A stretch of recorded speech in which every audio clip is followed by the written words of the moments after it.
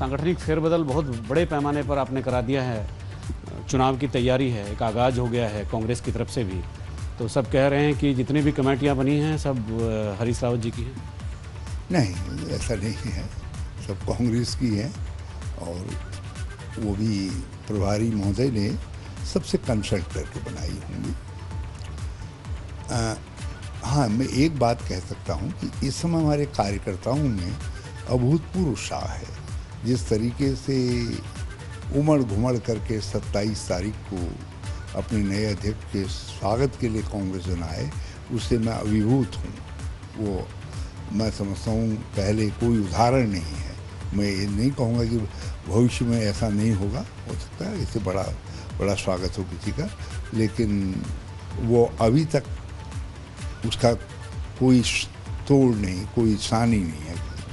लोग कह रहे हैं कि चुनाव से पहले ही हरीश रावत जी ने कम से कम प्रीतम सिंह को तो शिकस्त दे दी है।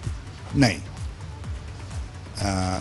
ये देखिए, कमांडर इन चीफ ने अपने कोर कमांडर्स का केवल सेक्टर बदला है। यदि कोई लेफ्टिनेंट जनरल पूर्वी सेक्टर में है तो उसको पश्चिमी सेक्टर में कर दिया, वो डिमोशन थोड़ी होता है।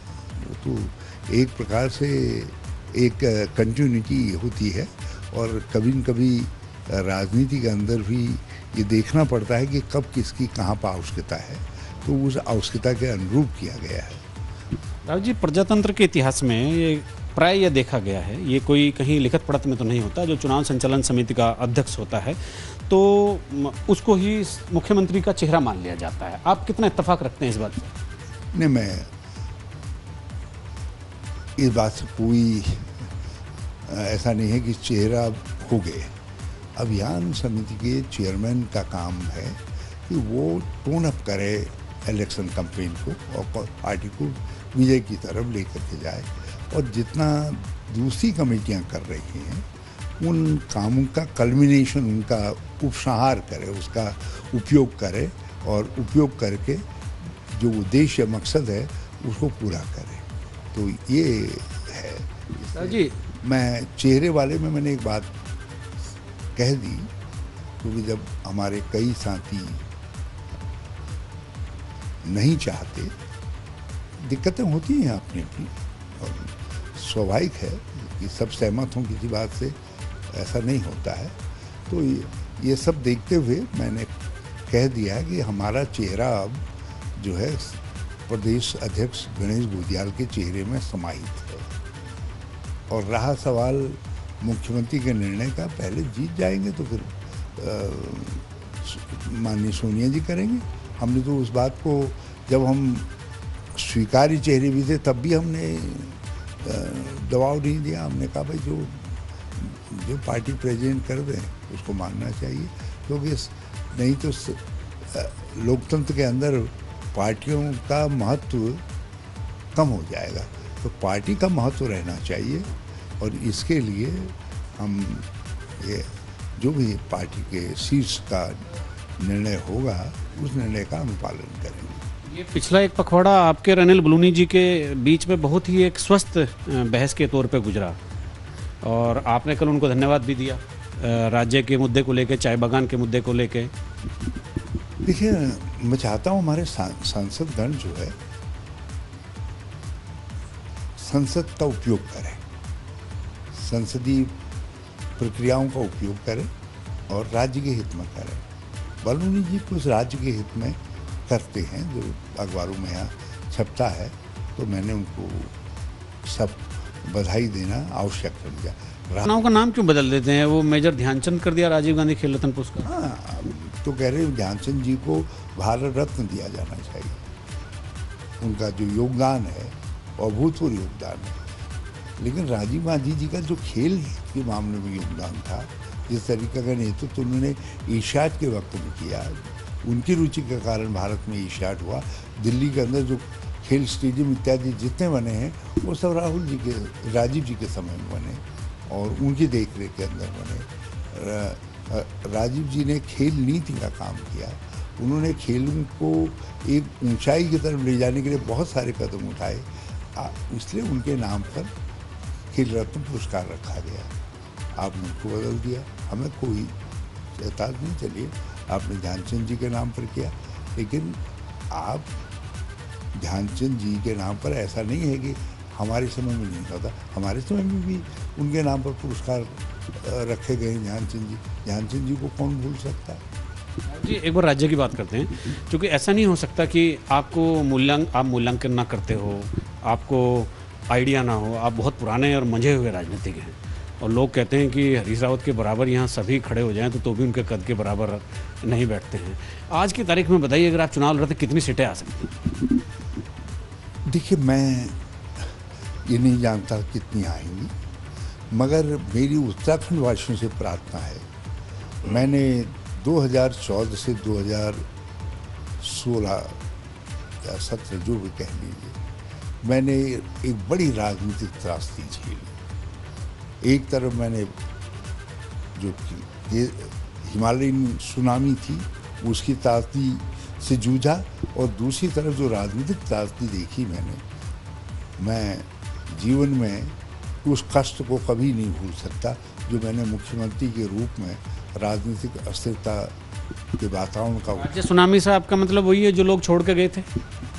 जो छोड़ के गए वो भी जिस तरीके से प्रयास हुआ पार्टी को तोड़ने का, लोगों को लाने का और करने का, उसने बड़े तनाव में रखा हमको। कभी तो रात को देखना पड़ता था कि क्या हुआ, कहीं कोई गड़बड़ तो नहीं होगी। रात को भी देखना पड़ता था, सुबह फिर देखना पड़ता था कहीं बहुमत चला तो नहीं गया। तो मैं उत्तराखंड वासियों से प्रार्थना करना चाहता हूँ, यदि वो हमको मौका दे रहे हैं, जैसा मुझे लग रहा है वो मौका दे रहे हैं हमको, तो भैया कम से कम 47-48 सीटें तो दे देना। अब इस भारतीय जनता पार्टी ने तीसरा सीएम दिया है 5 साल में, और बस इस बात का कुछ ऐसे जवाब दे दीजिए कि ये जो मुख्यमंत्री हैं अभी पुष्कर सिंह धामी, ये जो पहले 2 भाजपाई मुख्यमंत्री थे उनसे इनका तुलनात्मक रूप में क्या देखते हैं आप, और पुष्कर सिंह धामी आपके लिए कितनी बड़ी चुनौती? देखिए, मैं अभी मुख्यमंत्री बने हैं, मैंने तीरथ सिंह के विषय में भी कोई टिप्पणी नहीं की थी, शुभकामनाएं दी थी, इनको भी मैं शुभकामनाएं देता हूँ। लेकिन जिस स्थिति में भारतीय जनता पार्टी है इस समय, जो निर्णय पहले लिए गए हैं 4.5 साल के अंदर, उन सारे निर्णयों के बोझ के नीचे मैं नहीं समझता ये कुछ कर पाएंगे। ये केवल कुछ झूठ, कुछ गलत बातें, उत्तराखंड कुछ गलत आश्वासन उत्तराखंड के लोगों को परोसेंगे, क्योंकि आखिर जिन लोगों ने ये सब किया है, परिवर्तन करवाया है, तो वो कुछ मदद करेंगे और उस बात को वो रखेंगे, लेकिन कर कुछ नहीं सकते। कौन लोग हैं रावत जी जो परिवर्तन करवाने वाले हैं? बहुत सारी ताकतें हैं। नहीं तो एक बात बताइए, जिस तरीके से अचानक विधानसभा सत्र के दौरान मुख्यमंत्री जो वित्त मंत्री भी है और बजट पास हो रहा है विधानसभा में, उसको बुला लिया जाता है, राजनीतिक शीर्ष में परिवर्तन का निर्णय लिया जाता है, तो एक अनहोनी है ना। और उसके बाद तीरथ सिंह जी आते हैं, उन बेचारों को तो ये भी मालूम नहीं पड़ा क्यों आ गया मैं और क्यों चला गया, वो तो ये भी नहीं समझ पाए। और जब पुष्कर सिंह जी बने तो अच्छा लगा, लेकिन एक दिन तो ऐसी अस्थिरता थी कि अब चौथा मुख्यमंत्री आएगा। कई लोगों ने अपने सूट वूट सिलवा दिए थे, पगड़ियाँ बदल दी थी, सब तैयारियां कर दी थी। तो ये जो राजनीतिक अस्थिरता भाजपा ने थोपी है, ये उत्तराखंड का राज्य इस बात के लिए भाजपा को समान नहीं कर सकता। ये त्रिवेंद्र सिंह रावत जी का क्या अभी आपको लगता है कोई स्कोप भारतीय जनता पार्टी में है? देखिए, त्रिवेंद्र सिंह जी ने अपने मंत्रियों को भ्रष्टाचार नहीं करने दिया। जो उजाड़ू बल्द थे या गड़बड़ करने वाले लोग थे, उनको गड़बड़ नहीं करने दी। ये कोई कम योगदान है। और यदि भारतीय जनता पार्टी इस बात के लिए उनको पनिश करती है, तो इससे भारतीय जनता पार्टी को भ्रष्टाचार को संरक्षण देने का आरोप लगेगा। तो हटा के उन्होंने पनिश कर दिया।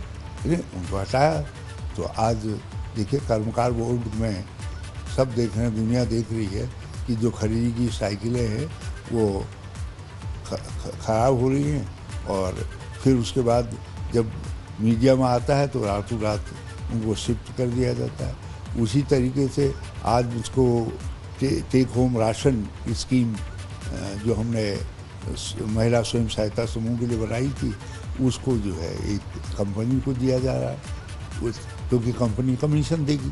स्वयं सहायता समूह कमीशन वो तो मांगेंगे,